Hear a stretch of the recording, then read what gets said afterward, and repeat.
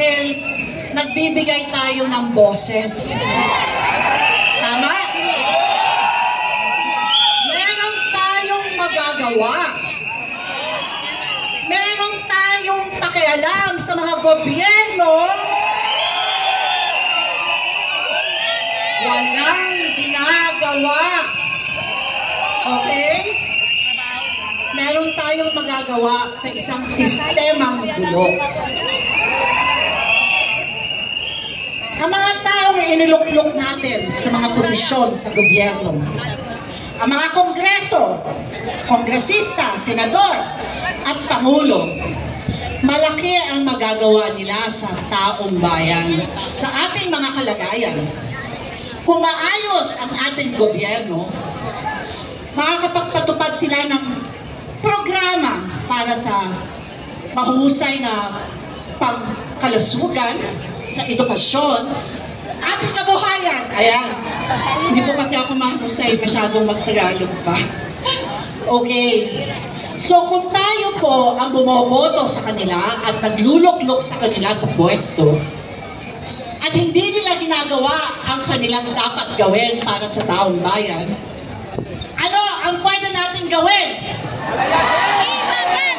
Hindi ba tayo rin ang pwede magsabi sa kanila na kailangan bumaba na kayo?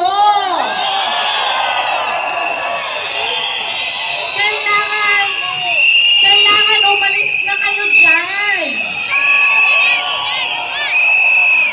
Kailangan mag-resign kayo. Okay. Ito, tatanungin ko. Itaas na lang natin ang mga kamay natin, huwag na tayong tumayo. Sino ang ramdam na nabudol kayo? Oh, wow! Ang dami! Ang dami! Ang dami! Pati ka, Mare! Nabudol ka! Okay?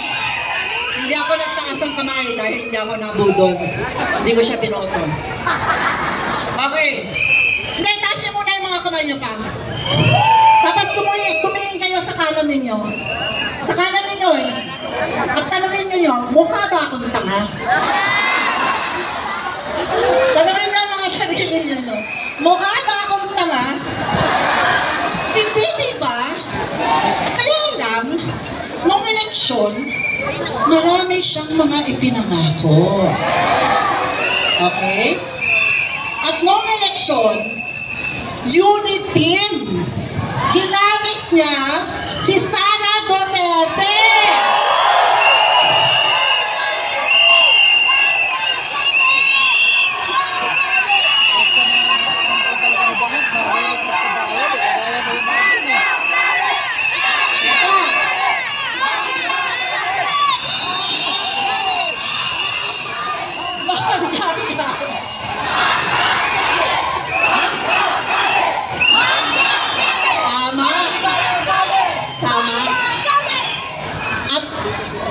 Nating sinasabi na tayo ay nabudol dahil nga doon.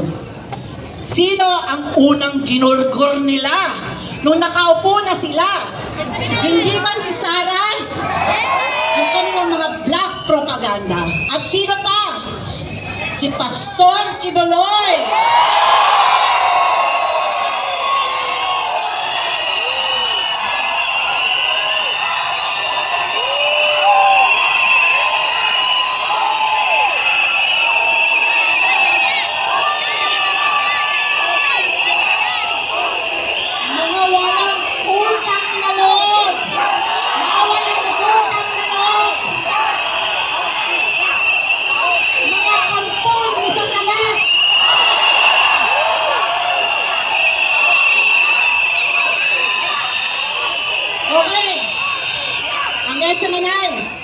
Siyempre, ang SM-Manay, yan ang inuna nila.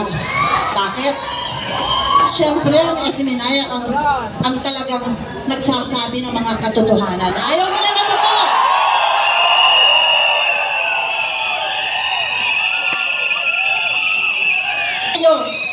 Naniwala kayo, di ba? Doon sa 20 pesos na bigas. Okay. umupo siya as Department of Agriculture. Di ba? Ano ang ginawa niya? Wala siyang ginawa. In fact, nagkaroon po tayo ng investigasyon sa Kongreso, okay? Na nadawit pa yung partner ni Lisa Satanas, na si Michael Ma. Pero anong ginawa nila doon sa investigasyon na yon? Pinatigil nila yung investigasyon na yon, okay?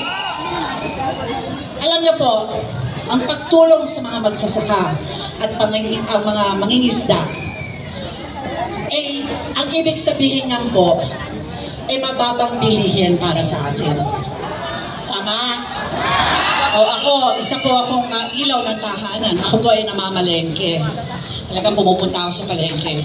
At alam ko kung gaano kataas na ng bilihin.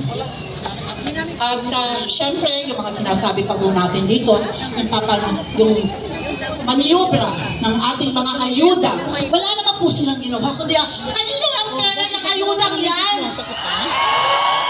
Kanino ang pera natin yan?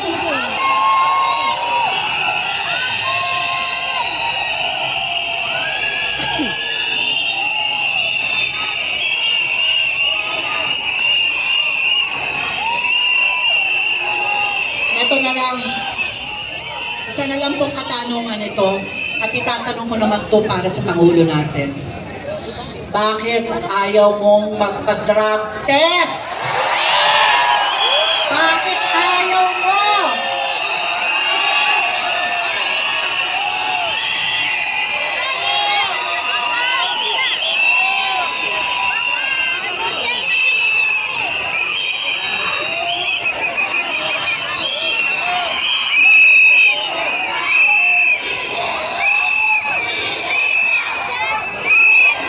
Ganun na nga po yun, di ba? Ganun na nga po yun.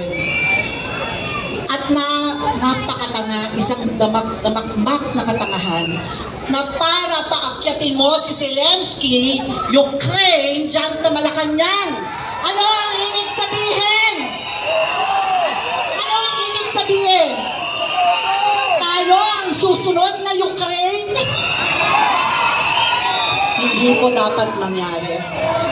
Tayo narito para pigilan ang pwedeng mangyari. Simple lang po ang hinihiling natin sa gobyernong ito. Simpleng gobyerno lang ang gusto natin. Walang korupsyon.